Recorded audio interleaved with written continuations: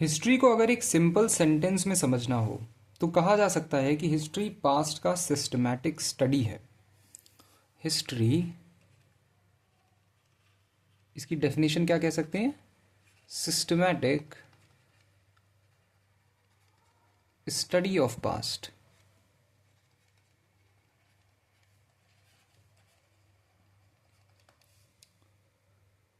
So history is systematic study of past.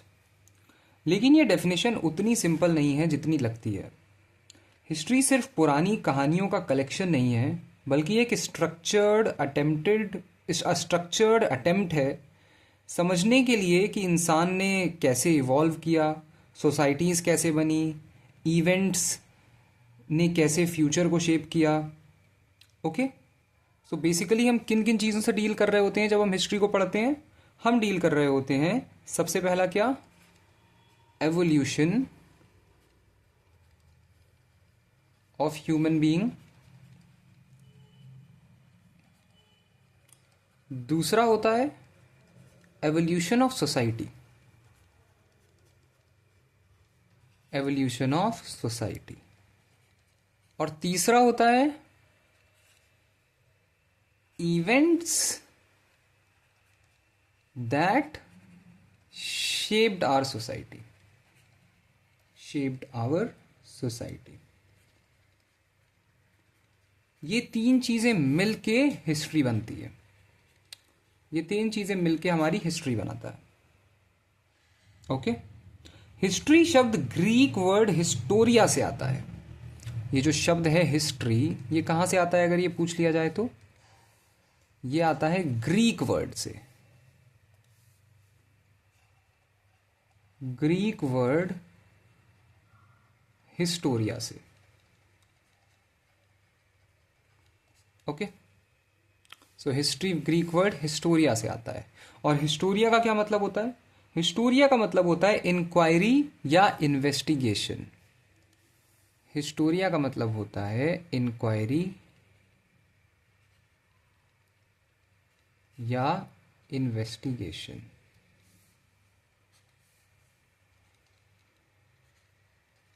Okay okay, इसका मतलब यह है कि हिस्ट्री ब्लाइंडली एक्सेप्ट करने वाली चीज नहीं है, बल्कि क्वेश्चंस पूछने और एविडेंस के बेसिस पर कंक्लूजन्स निकालने का प्रोसेस है। एक हिस्टोरियन का काम स्टोरी टेलर बनना नहीं होता, बल्कि एक इन्वेस्टिगेटर बनना होता है, जो पास्ट के स्कैटर्ड क्लूज को जोड़कर एक लॉजिकल नैरेटिव बनाता है। इस फील्ड में सबसे पहला बड़ा नाम आता है हेरोडोटस का। पहला जो हिस्टोरियन माना जाता है दुनिया का, वो कौन है? पहला हिस्टोरियन हेरोडोटस।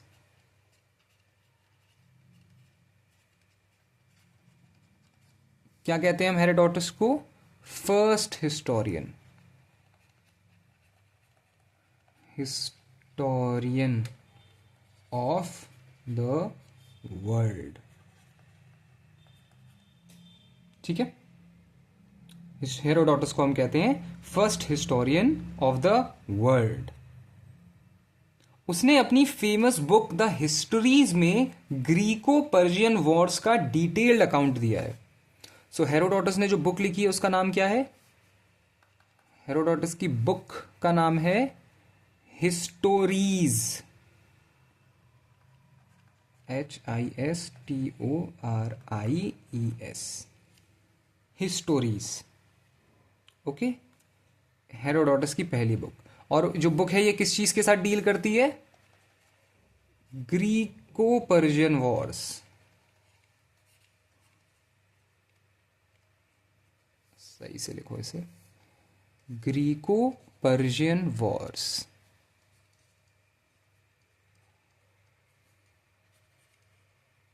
ठीक है, ग्रीको पर्शियन वॉर्स, ग्रीक और पर्शियंस की जो लड़ाई हो रही थी आपस में, उसके ऊपर हेरोडोटस ने ये बुक लिखी जिसका नाम था हिस्टोरीज।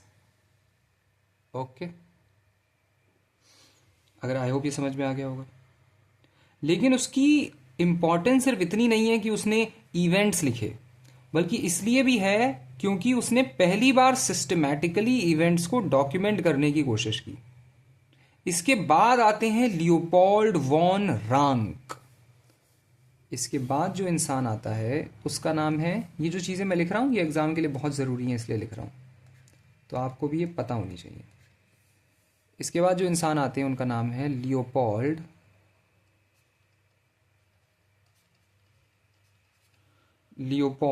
वॉन रांक। लियोपोल्ड, अच्छे से लिखो, इतनी गंदी राइटिंग में क्यों लिख रहा हूं मैं। Leopold von Ranke.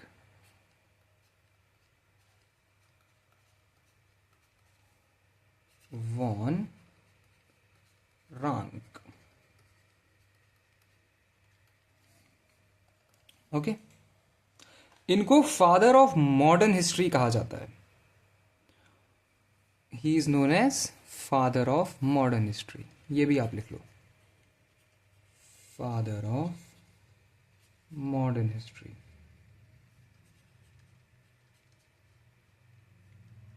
ओके, उन्होंने हिस्ट्री को एक साइंटिफिक डिसिप्लिन बनाने की कोशिश की और कहा कि हिस्ट्री को वैसे ही लिखना चाहिए जैसे वो एक्चुअली हुई थी, बिना एग्जैजरेशन के।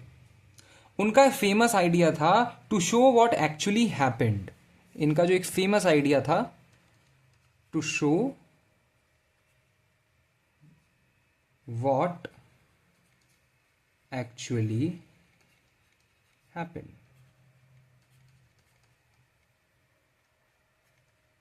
ओके, ये लियोपोल्ड वॉन रांक का एक फेमस आइडिया था जो आज भी हिस्टोरिकल राइटिंग का फाउंडेशन माना जाता है। फिलोसॉफिकल लेवल पर अगर देखा जाए तो हिस्ट्री को समझने के अलग अलग अप्रोचेस भी रहे हैं। जर्मन फिलोसोफर हीगल ने थीसिस एंटीथीसिस का कॉन्सेप्ट दिया था, सो ये भी हमें पता होना चाहिए हीगल ने क्या दिया था, ये भी एग्जाम में डायरेक्टली आ सकता है। अरे ये हट क्यों नहीं रहा। ओके,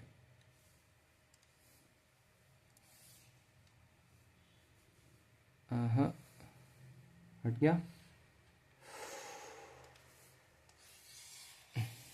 अगर ये नोट्स ये बना रही है ना तो मैं इनको इरेज कर दूं। ये अगर नोट्स बना लिए तो मैं इसे इरेज कर देता हूँ क्योंकि थोड़ी जगह पता नहीं क्यों काम नहीं कर रही है ठीक से।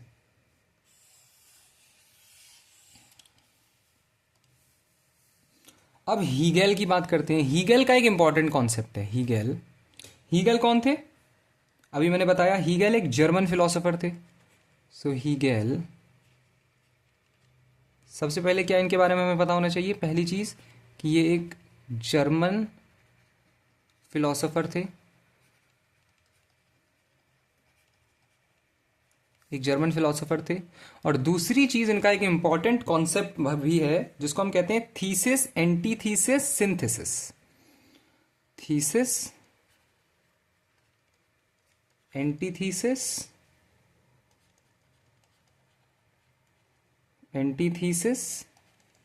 सिंथेसिस,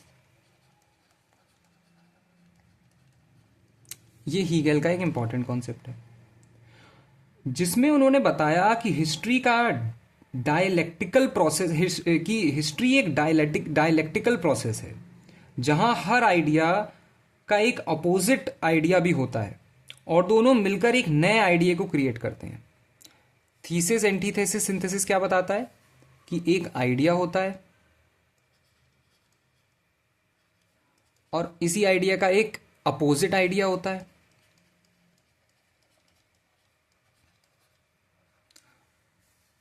इसी आइडिया का एक अपोजिट आइडिया भी होता है और ये दोनों मिलके क्या बनाते हैं, न्यू आइडिया। ठीक है, ये दोनों मिलके न्यू आइडिया बनाते हैं according to thesis antithesis synthesis. इस आइडिया को कार्ल मार्क्स ने और आगे बढ़ाया और बोला कि हिस्ट्री एसेंशियली क्लास स्ट्रगल का रिजल्ट है। कार्ल मार्क्स के हिसाब से अब दूसरा एक नया इंसान आ गया, कार्ल मार्क्स।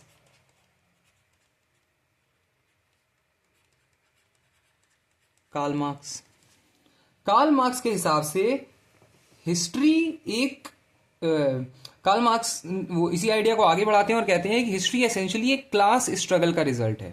मार्क्स का एक फेमस स्टेटमेंट है कि हिस्ट्री खुद को रिपीट करती है, पहले ट्रेजेडी के फॉर्म में और फिर कॉमेडी के फॉर्म में। History repeats itself, repeats itself,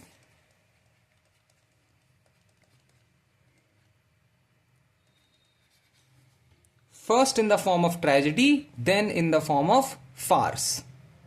ठीक है, बस अगर तुम्हें इतना भी बताओ हिस्ट्री रिपीट्स इटसेल्फ तो भी तुम काफी काम कर ले जाओगे।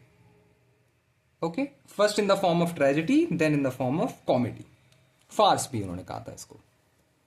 ये स्टेटमेंट सिर्फ फिलोसॉफिकल नहीं है बल्कि एक प्रैक्टिकल ऑब्जर्वेशन पर बेस्ड है, जहां सोसाइटीज बार बार सिमिलर पैटर्न्स को शो करती हैं। फिर एक ब्रिटिश हिस्टोरियन आते हैं E.H. कार। इन्होंने हिस्ट्री को एक और इंटरेस्टिंग पर्सपेक्टिव से डिफाइन किया। कौन आए? E.H. Car, E.H. Car, C-A-R-R, E.H. Car. इन्होंने हिस्ट्री को एक और नई इंटरेस्टिंग पॉइंट ऑफ व्यू से डिफाइन किया। उन्होंने कहा कि हिस्ट्री एक कंटिन्यूअस डायलॉग है हिस्टोरियन और उसके फैक्ट्स के बीच में, और ये डायलॉग प्रेजेंट और पास्ट के बीच चलता रहता है। इसका मतलब ये है कि हिस्ट्री कभी फिक्स्ड नहीं होती, वो चेंज होती रहती है डिपेंडिंग अपॉन कौन उसको इंटरप्रेट कर रहा है और किस कॉन्टेक्स्ट में इंटरप्रेट कर रहा है। सो E.H. कार ने क्या कहा? History is a constant dialogue, history is a constant dialogue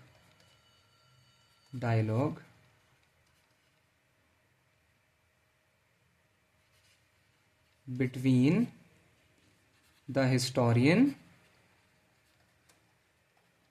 and facts। ठीक है, इसी वजह से एक ही इवेंट के मल्टीपल इंटरप्रिटेशन भी होते हैं। अब हिस्ट्री का सबसे प्रैक्टिकल और एग्जाम ओरिएंटेड पार्ट आता है डेटिंग सिस्टम, यानी BC और AD का कॉन्सेप्ट। यह सिस्टम समझना बहुत जरूरी है क्योंकि यहां मैक्सिमम लोग गलती करते हैं। BC का मतलब होता है बिफोर क्राइस्ट, तो मैं यहां पे और थोड़ा सा स्पेस लेता हूं। BC का क्या मतलब होता है? Before Christ.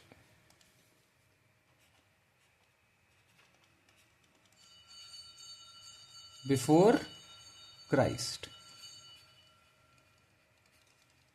ठीक है।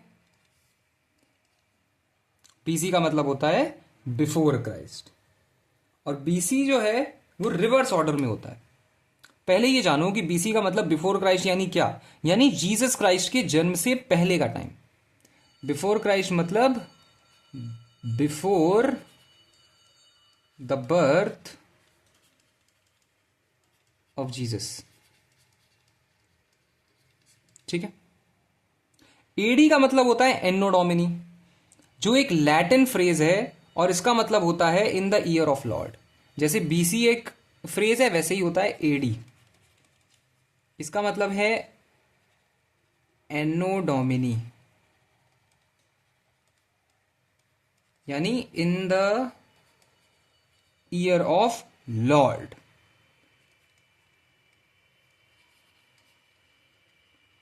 जिसका बेसिक क्या मतलब हो गया? आफ्टर जीसस क्राइस्ट, क्योंकि वो लॉर्ड मतलब जीसस क्राइस्ट को ही बुलाएंगे वो लोग।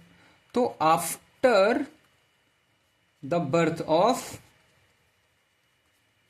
Of Jesus Christ, after the birth of Jesus Christ, यानी क्राइस्ट के जन्म के बाद। यहां एक बेसिक सी बात समझनी जरूरी है कि ये दोनों सिस्टम एक रेफरेंस पॉइंट पर बेस्ड हैं, और वो रेफरेंस पॉइंट क्या है? जीसस क्राइस्ट का बर्थ। रेफरेंस पॉइंट क्या है? जीसस क्राइस्ट का बर्थ।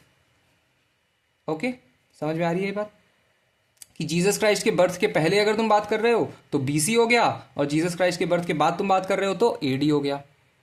ओके, चलो, लेकिन यहां सबसे बड़ा ट्विस्ट अभी आएगा, वो ये है कि काउंटिंग सिस्टम इनका कैसा है। BC ईयर्स जो होते हैं वो रिवर्स ऑर्डर में काउंट होते हैं। मतलब अगर हम टाइमलाइन देखें तो 500 BC पहले आता है और 400 BC बाद में आता है, फिर 300 BC आता है, 200 BC आता है, और फिर 100 BC आता है, और उसके बाद फाइनली 1 BC आता है। उसके बाद डायरेक्टली 1 AD आता है। मतलब अगर मैं ऐसे ये टाइमलाइन अगर बना दूं तो यहां पे मान लो 500 और यहाँ टाइम यहां से यहां इस ओर बढ़ रहा है, यहां से इस ओर बढ़ रहा है। ठीक है, ये पास्ट है, हम पास्ट से प्रेजेंट की ओर जा रहे हैं, हम यहां वाले पास्ट से प्रेजेंट की ओर आगे जा रहे हैं, प्रेजेंट की ओर जा रहे हैं। तो ये अगर 500 बीसी है, ये 400 बीसी है, ये 300 बीसी है, ये मान लो 100 बीसी है, ये मान लो 1 बीसी है, तो ये जो है वो 0 बीसी नहीं होगा, ये सीधे देखो ये 1 बीसी है, तो ये जो है ये 0 बीसी नहीं होगा, ये क्या होगा, ये सीधे 1 एडी आ जाएगा। 0 बीसी जैसा कुछ नहीं होता, 0 BC does not exist, 0 BC जैसा कुछ नहीं होता। उसके बाद डायरेक्टली 1 बीसी के बाद डायरेक्टली 1 एडी आ जाता है। यहां एक कॉमन मिसकंसेप्शन होता है कि 1 बीसी के बाद 0 बीसी आता होगा, लेकिन रियलिटी यह है कि 0 बीसी होता ही नहीं है, डायरेक्ट ट्रांजिशन होता है 1 बीसी से 1 एडी की तरफ। Okay, AD system normal forward counting होता है, मतलब 1 एडी फिर 2 एडी फिर 3 एडी, 1 एडी फिर 2 एडी 3 एडी करते करते करते करते करते करते हम प्रेजेंट में आ जाएंगे। प्रेजेंट में क्या चल रहा है, 2026 एडी, 2026 एडी। तो ये नॉर्मल है। ठीक है, अब टाइमलाइन को विजुलाइज आप कर पा रहे हो, मैंने सामने बना दी है। एक स्ट्रेट लाइन इमेजिन करो, ये एक स्ट्रेट लाइन है, जिसके बीच में एक पॉइंट है जो 1 बीसी है और 1 एडी है, यहां पे 1 एडी है, और इसके बीच में कोई एक इमेजिनरी लाइन ड्रॉ कर लो। 0 नहीं हो सकती, वो कुछ भी ऐसे इमेजिनरी है, इसके बीच का है। ठीक है, लेफ्ट, और ये जो लाइन है इसके जो लेफ्ट साइड के नंबर हैं, लेफ्ट साइड के नंबर हैं, उसमें क्या होगा, उसमें छोटे से बड़े की तरफ हम जाएंगे, या फिर हम ये कहें कि जो लेफ्ट साइड है वहां पे जितना बड़ा नंबर उतना ज्यादा हम पास्ट में जा रहे हैं। 100 बीसी, 300 बीसी, 400 बीसी, 500 बीसी, जितना बड़ा नंबर उतना हम पास्ट में जा रहे हैं। अगर 400 बीसी कह रहा हूं तो 400 साल पहले क्राइस्ट के बर्थ के, 500 बीसी उसके भी पहले आया था। ओके, ये बात समझ में आ रही है। और अगर हम यहां इसके राइट में जा रहे हैं तो 1 एडी फिर 2 एडी, जितना बड़ा नंबर उतना ज्यादा हम फ्यूचर में जा रहे हैं। 2026 एडी प्रेजेंट में आ गए, फिर 3000 एडी, 3000 एडी हम और दूर चले गए फ्यूचर में। तो जितना बड़ा नंबर उतना ज्यादा फ्यूचर में चले गए, और यहां पे जितना बड़ा नंबर उतना ज्यादा हम पास्ट में चले गए। ठीक है, ठीक है। अब टाइम से रिलेटेड कुछ इंपॉर्टेंट टर्म्स होते हैं जो फ्रीक्वेंटली यूज होते हैं। सबसे पहला टर्म होता है डिकेड, जिसका मतलब होता है 10 साल का पीरियड। उसके बाद आता है सेंचुरी, जिसका मतलब होता है 100 साल का पीरियड। ये सारा मैं तुम्हें लिखवा देता हूं। डेकेड का मतलब क्या होता है, अरे डेकेड, सबसे पहला टर्म डेकेड, 10 ईयर्स। दूसरा टर्म क्या होता है, सेंचुरी। सेंचुरी मतलब 100 ईयर्स। और तीसरा टर्म क्या होता है, तीसरा टर्म क्या होता है, मिलेनियम।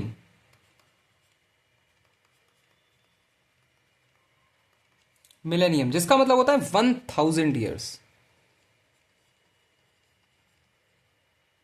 1000 ईयर्स। ये 3 बेसिक यूनिट हैं जो हिस्ट्री को मेजर करने के लिए जरूरी हैं। Basic units.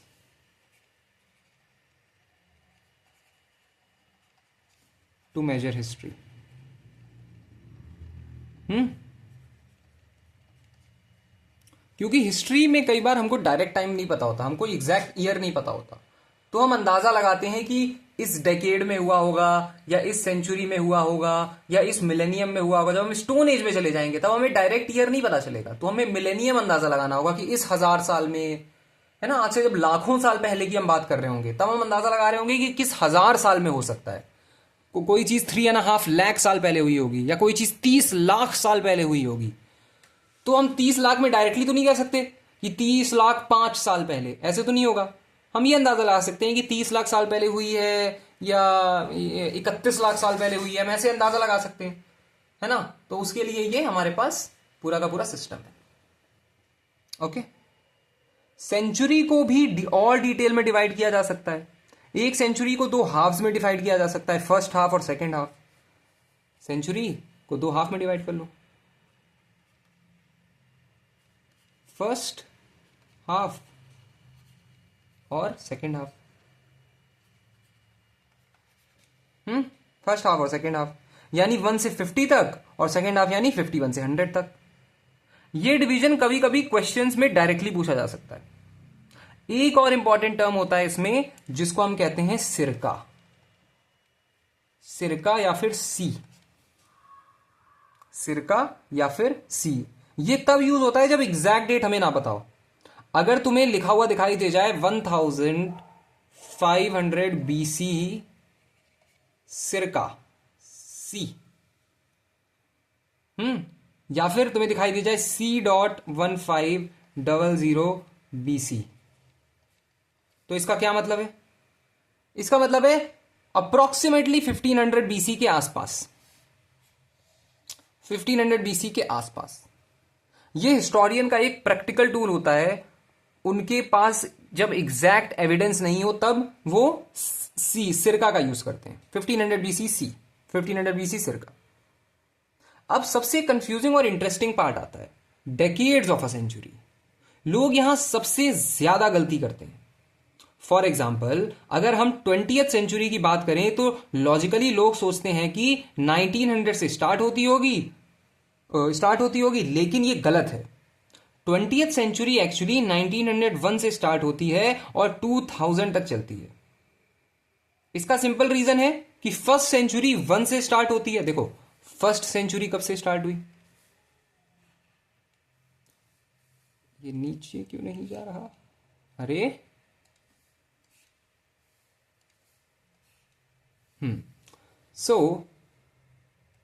फर्स्ट सेंचुरी कब से स्टार्ट होती है? 0 से लेके 100 तक फर्स्ट सेंचुरी होती है। हाँ, 101 से लेके 200 तक सेकेंड सेंचुरी होती है। 201 से लेके 300 तक थर्ड सेंचुरी होती है। ठीक है, समझ गए? तो उसी तरीके से मान लो 901 से लेके 1000 तक क्या होगा? 10th सेंचुरी होगी, 10th सेंचुरी होगी, है ना? 10th सेंचुरी होगी। तो 20th सेंचुरी एक्चुअली 1901 से, तो 1901 से 2000 तक क्या होगा? 20th सेंचुरी होगी, अगर इसी पैटर्न को फॉलो करें। तो 20th सेंचुरी कई बच्चे लिख देते हैं, 20th सेंचुरी को कई बच्चे क्या लिख देते हैं? 2000 से 2100। ये गलत है, रॉन्ग, ये गलत है, ये नहीं लिख सकते। 20th सेंचुरी मतलब, देखा इस कॉन्सेप्ट के हिसाब से 1901 से लेके 2000, 1901 से लेके 2000। ओके, समझ में आ गया? तो अगर इसी लॉजिक को तुम अप्लाई करो, तो 20th सेंचुरी के फर्स्ट डेकेड, जैसे अब डेकेड्स में भी अगर यही लॉजिक हम अप्लाई कर दें, डेकेड्स मतलब फर्स्ट डेकेड मतलब क्या? फर्स्ट डेकेड क्या होता है? 0 से लेके 10 तक, सेकेंड डेकेड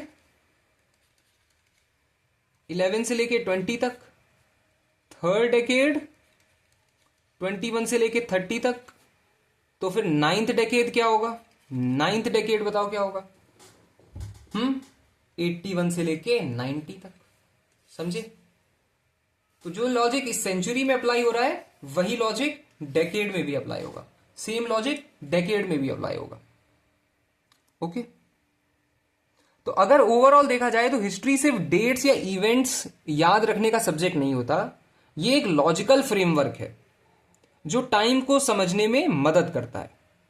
अगर बीसी और एडी का कॉन्सेप्ट क्लियर है, टाइमलाइन का डायरेक्शन समझ में आ गया और बेसिक यूनिट जैसे डेकेड, सेंचुरी और मिलेनियम का लॉजिक समझ में आ गया, तो हिस्ट्री का हाफ कंफ्यूजन वही खत्म हो जाता है। एंड में यह समझना इंपॉर्टेंट है कि हिस्ट्री का पर्पस सिर्फ पास्ट को याद रखना नहीं होता, बल्कि प्रेजेंट को समझना और फ्यूचर को प्रेडिक्ट करना भी होता है। जो पैटर्न्स पास्ट में रिपीट हुए हैं वो आज भी रिपीट हो सकते हैं। इसीलिए कहा जाता है कि हिस्ट्री उन लोगों को रिवॉर्ड करती है जो उसे सीरियसली समझते हैं और पनिश करती है जो उसे इग्नोर करते हैं। जब तुम हिस्ट्री को डिटेल में समझने की कोशिश करते हो तब तुम्हें यह रियलाइज होता है कि सिर्फ बीसी और एडी समझना काफी नहीं है। रियल कॉम्प्लेक्सिटी तब आती है जब सेंचुरीज, मिलेनियम्स, एरास, कैलेंडर्स और उनके कन्वर्जन्स को एक साथ समझने लगते हो। यह पूरा सिस्टम एक इंटरकनेक्टेड फ्रेमवर्क है जहां एक चीज दूसरे से लिंक्ड है। अगर एक भी पार्ट तुम्हारा वीक हुआ तो कंफ्यूजन होना गारंटीड है। समझे? तो अगली वीडियो में हम क्या करेंगे? अगली वीडियो में हम सारा का सारा जो ये कंफ्यूजन लोगों को बहुत बार आ जाता है, कैलेंडर्स और उसका कंफ्यूजन। बहुत सारे कैलेंडर्स होते हैं ना, बहुत सारे कैलेंडर्स होते हैं। मैं इसको रब कर दे रहा हूं, अगर नोट कर लिया हो फिर मैं तुम्हें ताकि बता दूं अगली वीडियो में हम क्या करेंगे। बहुत तरीके के कैलेंडर्स होते हैं, तुमने देखा होगा। Gregorian calendar, types of calendar.